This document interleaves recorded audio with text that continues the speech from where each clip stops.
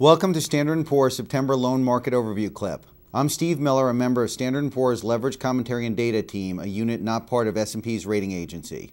For the next 5 minutes or so, I'll walk you through a review of recent loan market trends before winding up with some themes to watch for in the fall. For real-time updates on the loan market, please follow LCD on Twitter, Facebook, and LinkedIn. As well, you can download this presentation on slideshare.net. You've seen this before. It's a long and detailed disclaimer. Please read it at your leisure. August stock market blues slowed but didn't stop the loan market. During the month, the Standard & Poor's LSTA index eked out a 34 basis point gain after returning 1.5% in July. As this suggests, investors continue to pour money into the credit markets despite a string of disappointing economic reports. Still, enthusiasm has waned from the more ambitious levels of July. In the primary market, strong demand was met with strong supply as arrangers rolled out an un-August-like series of large executions. With demand and supply evenly matched, new issue clearing yields were steady in August. The big story for the rest of 2010 is expected to be activity. If conditions remain supportive, participants expect volume to climb to post-Lehman bankruptcy highs. Arrangers say the calendar is chock full of dividend financings as private equity firms try to beat the potential rollback of Bush-era tax policies, as well as leveraged buyouts and refinancings. Default rates were steady in July after dropping sharply earlier in the year. The decline is expected to resume during the final stretch of 2010. With supply and demand relatively even, prices moved sideways in August. LCD's flow name composite, shown here, is a sample of the 15 largest names in the market. The composite stood at 93.55 on September 7th, little change from July's final reading of 93.50. Year to date, the average is higher by about 2%. In the primary two, little changed in August. On average, new issues printed at 7.9% during the month compared to 7.8% in July, but still far above May's 6.4% average. Looking ahead, arrangers bracket BB new issue yields at 5.5 to 6.5%, B plus B1 yields at 6.5 to 7.5%, and B2 yields at 7.5 to 9%. These ranges are wide to account for different levels of size and complexity that each deal encounters. How well followed the issuer is also plays a role in where it can print.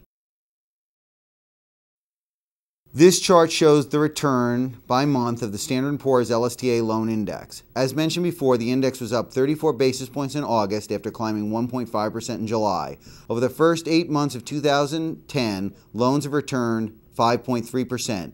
That compares to a gain of 8.5% for the Bank of America Merrill Lynch High Yield Bond Index and a loss of 4.5% for the S&P 500. In August, with conditions more guarded, better rated credits outperformed. BB loans were up 60 basis points compared to 15 basis points for single B loans and 19 basis points for triple Cs. Year to date, however, triple Cs continue to knock the cover off the ball with a 14% return through the first 8 months of the year, far ahead of BBs at 4% and single Bs at 5%. As this next chart demonstrates, though volume declined, the market was still pretty busy in August. Boosted by Warner Chilcott's $2.25 billion dividend credit, arrangers rolled out $4.7 billion of new term loans during the month. As well, accounts worked furiously to absorb and fund July's $10 billion tally of new deals. As a result, the pool of outstanding term loans grew by about $2 billion in August to $514 billion. The increase in supply was largely responsible for taking some of the heat off the market after July's strong run. Looking ahead, arrangers expect volume to climb to post-Lehman bankruptcy highs. In the days following Labor Day, in fact, arrangers rushed $8 billion of new loans into the market with a lot more on the way. Default rates were steady in August as two issuers defaulted on $2 billion of loans. As a result, the lagging 12-month default rate inched to 3.6% from a 20-month low of 3.5% in July. As we look out for the balance of the year, most accounts expect the rate to stabilize in the 3 to 4% range and stay there for the next 18 months as the economy remains stuck in first gear. Most participants expect issuers to tap today's strong demand for credit product by putting out loans that finance dividends as well as refinance existing debt and finance new M&A trades. To fund all this paper, issuers are counting on inflows into the loan asset class from bond takeouts as well as old-school bank lending. Other potential sources of repayments include the resurgent M&A market as well as IPOs if the stock market recovers from its summer doldrums. Retail inflows into loan funds remains another steady source of loan demand. In August, investors put another $405 million to work in the loan market, bringing the year-to-date haul to $5.4 billion, according to Lipper FMI.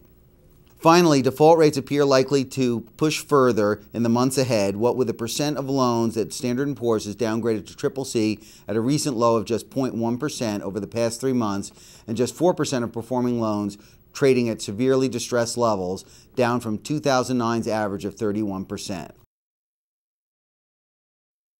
That brings us to the end of our overview. For more information on the loan market, you can check in with us on the web or via LinkedIn, Twitter, or Facebook. The links for each is in the description of this video below. As mentioned, you can also download this presentation at slideshare.net. Please check in here next month for an updated clip.